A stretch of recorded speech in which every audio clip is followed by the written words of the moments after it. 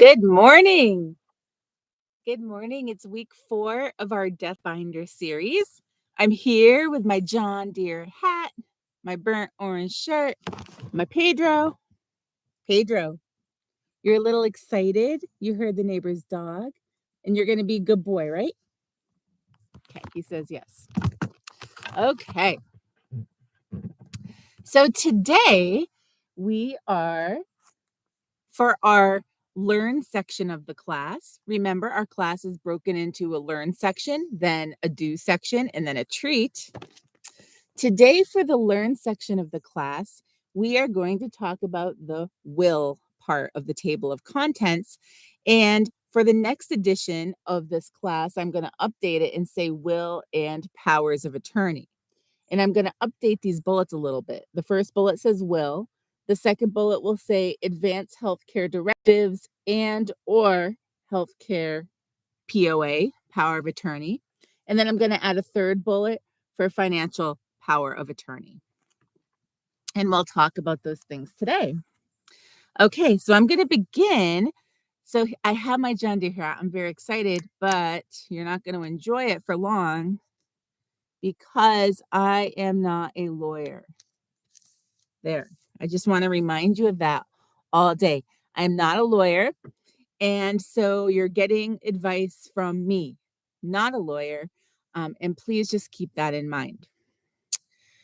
All right. So when it comes to wills and healthcare and financial powers of attorney, you either have done this and taken care of these documents or you have not.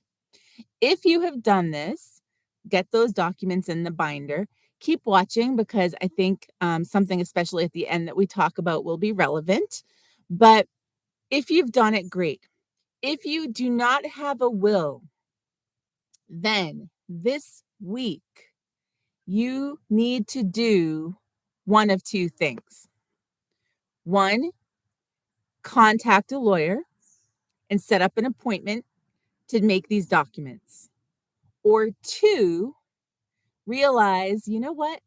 I'm really not that complicated of a person or family. I actually don't need a lawyer. I can handle this online. And there are several financial gurus that I listen to, probably most notable, Dave Ramsey. They all recommend the same website as far as taking care of this yourself. It's on the will skeleton, mamabearlegalforms.com. mamabearlegalforms.com. Nick and I have done our will there. Our kids have each done their documents there. And mamabearlegalforms.com, if you go there, they provide state-specific documents. So some states require a notary, some don't, for example. And so when you go there, you'll choose your state and you'll get the document that is appropriate for your state. And if it needs to be notarized, for example, it will be part of the document. By the way, some people are scared by that. Oh my gosh, I have to find a notary. Like seriously, you walk into your bank and you say, I have a document that needs to be notarized. Every bank has a notary there. So it's not a big deal. The cost is $159 if you're single and $249 if you're married. And if you're married, they do this thing called like a mirror will. So like Nick's and my wills are exactly the same with names reversed.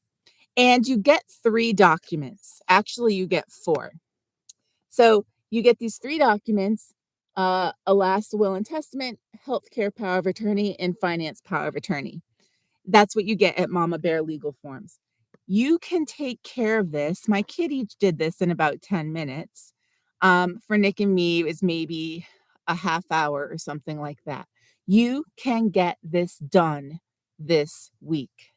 And so if you have not tended to these documents, it is time.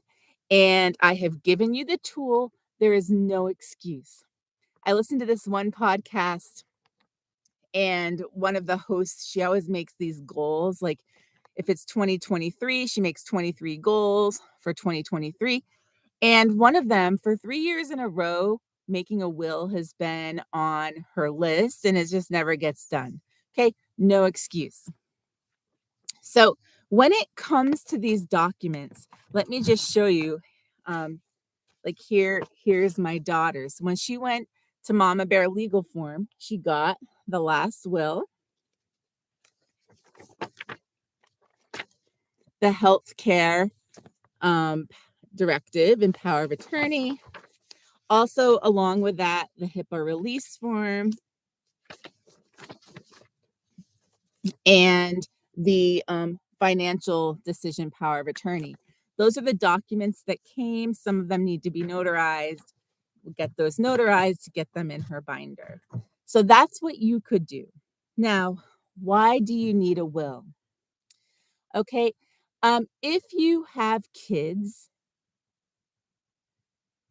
you need to say what you want done with them. If you and your if you and or your spouse or whatever are pass away, you do not want it to be the situation that you think that your sister will take the kids, but then your husband's brother actually thinks that your sister's unfit and he wants the kids, and then where are the kids while this is getting decided?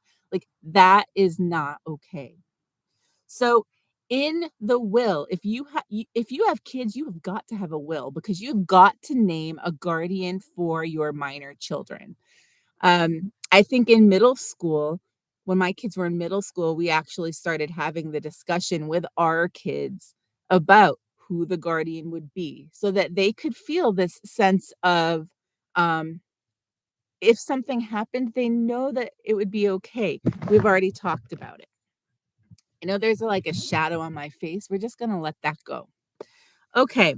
So in the will that prompted by Mama Bear legal forms, you would name a guardian for your minor children.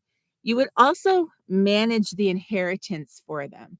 So, for example, one thing that we have done is and this is the Mama Bear legal form will do this all for you.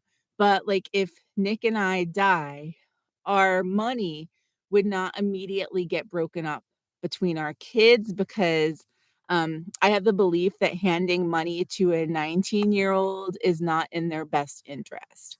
Um, they have to have time to mature and develop an understanding of how to handle money, for example. And so if Nick and I were to pass, what would happen is the executor of our trust or the executor of our will, who is my sister, um, they would get a trust made. The money would go into a trust. And then at age, we specified 25. At age 25, the money would be released to the kids. In the meantime, the executor of the trust has the ability to take money out and buy a car, pay for college, or things like that.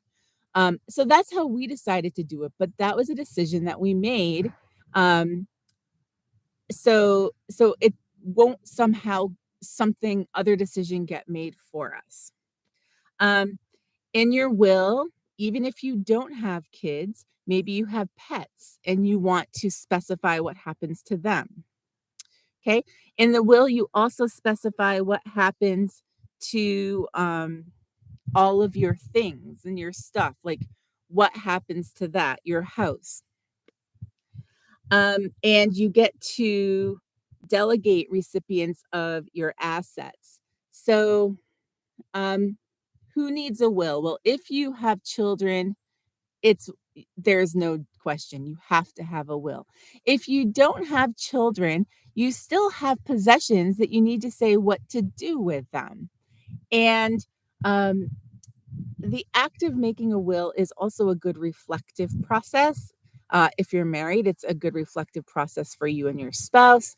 If you're single, it's good to figure out like what you're going to do with your things so that um, it's not just sort of left there for somebody to have to figure out what to do with it. Now, what if you're like my kids, 18 and 19? I think the process of making a will was very good for them They get to ask the questions. What do I want to do with the money in my bank account? What do I want to do with my car? Um, and it's not like they have these exorbitant amount of assets right now, but going through the motion of actually thinking about it and stating what's going to happen and having it in your death binder, that prompts a behavior.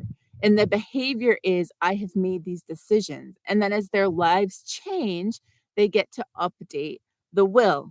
But starting the behavior is what I think is most important for a young adult. So, yes, I think that everyone over the age of 18 should have a will. Now, at Bear Legal Forms, you will get the will where you specify the things that I've already said, but you will also get the healthcare power of attorney. Okay, what I have learned is that depending on the document, depending on the site, the lawyer, the state, things are called different things, and you can't get all stressed out and cause this to make you do nothing. So Mama Bear Legal Forms paper is called Health Care Directive and Durable Power of Attorney for Healthcare.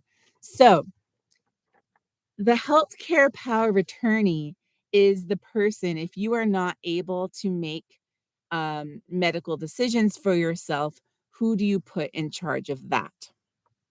And so the power of attorney, you get to say who can make the decisions. Now, I just want to read you a little bit of the language. This is my daughter's. Um, it says, I believe my life is precious and I wish to live and enjoy my life as long as possible. I do not want healthcare providers to act or fail to act in a way that will intentionally cause my death. However, I do not wish to receive medical treatment which will only postpone the moment of my death from a terminal condition or prolong a persistent vegetative state. And then it says she names a healthcare power of attorney, and it says my agent shall be authorized but not required to exercise the following powers. And one of them, for example, is I authorize my agent to direct and consent to the writing of a do not resuscitate order. Okay, so the healthcare power of attorney, um, you are putting in charge of making medical decisions for you if you cannot. But this particular document does not require the power of attorney to act in any particular way. It gives them permission. So if what you want is to, in addition to this, moreover, say, you don't get to decide if there's a do not resuscitate. There is a do not resuscitate. I am dictating that.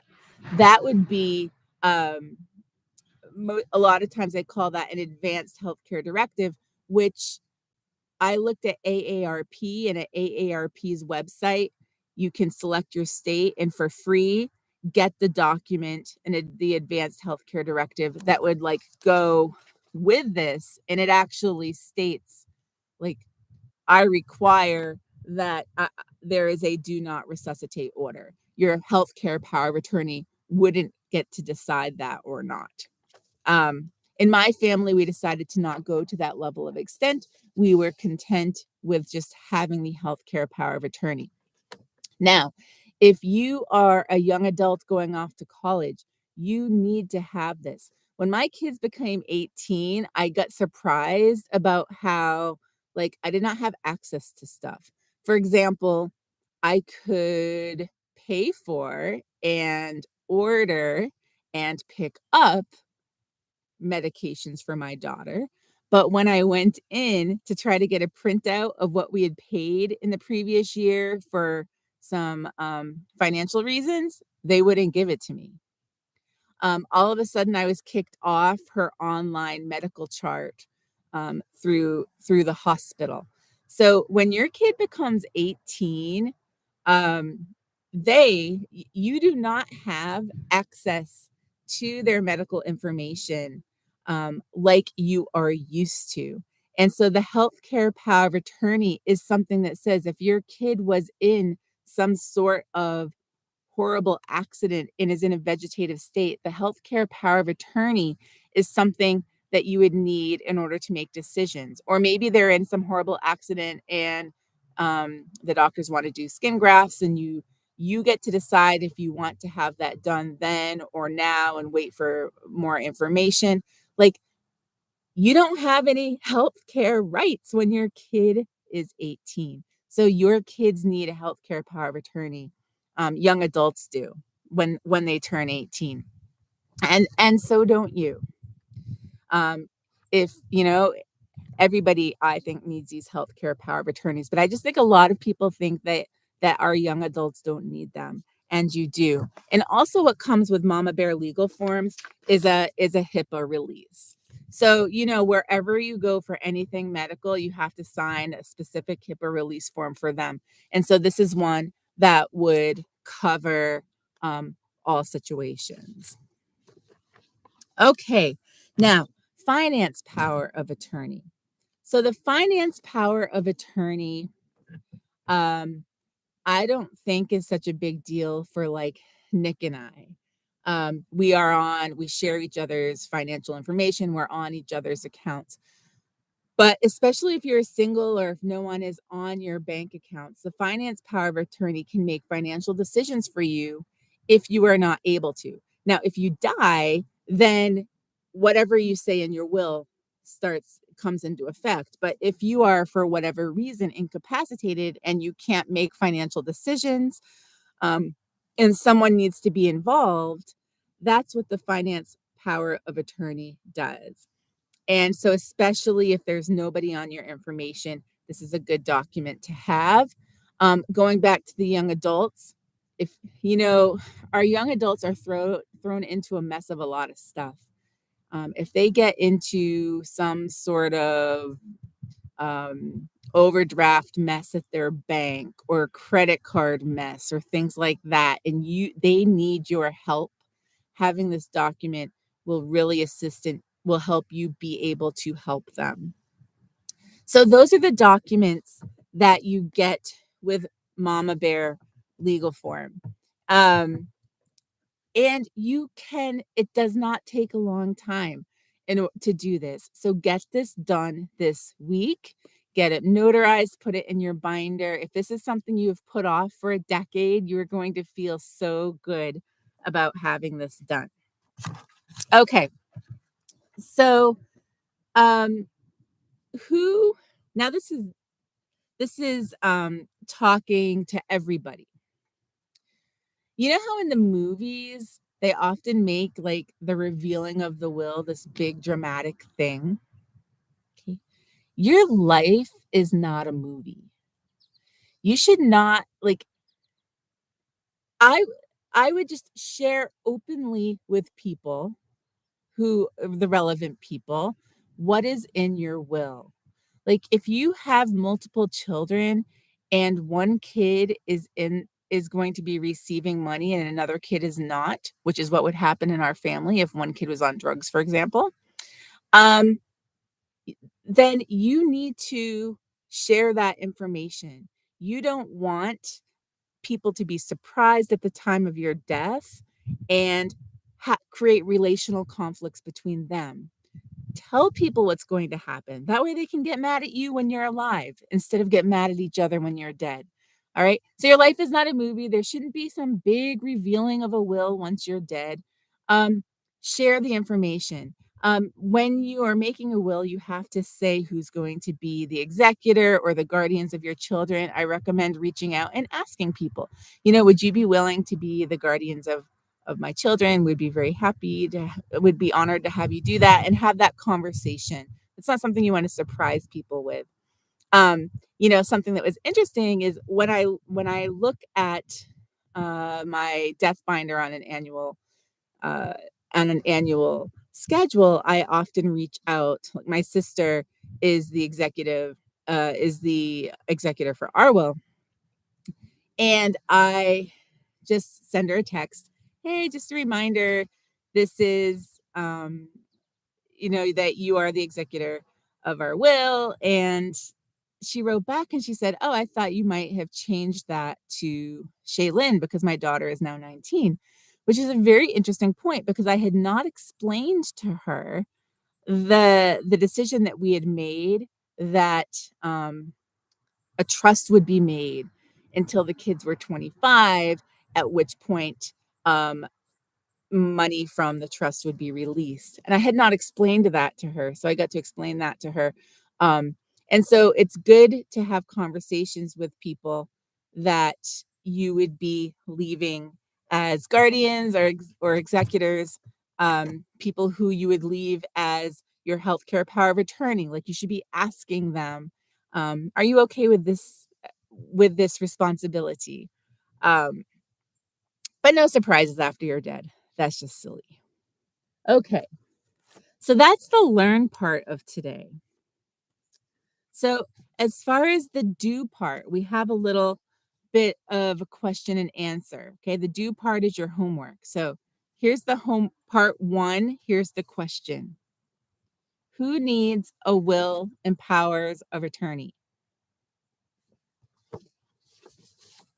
Answer.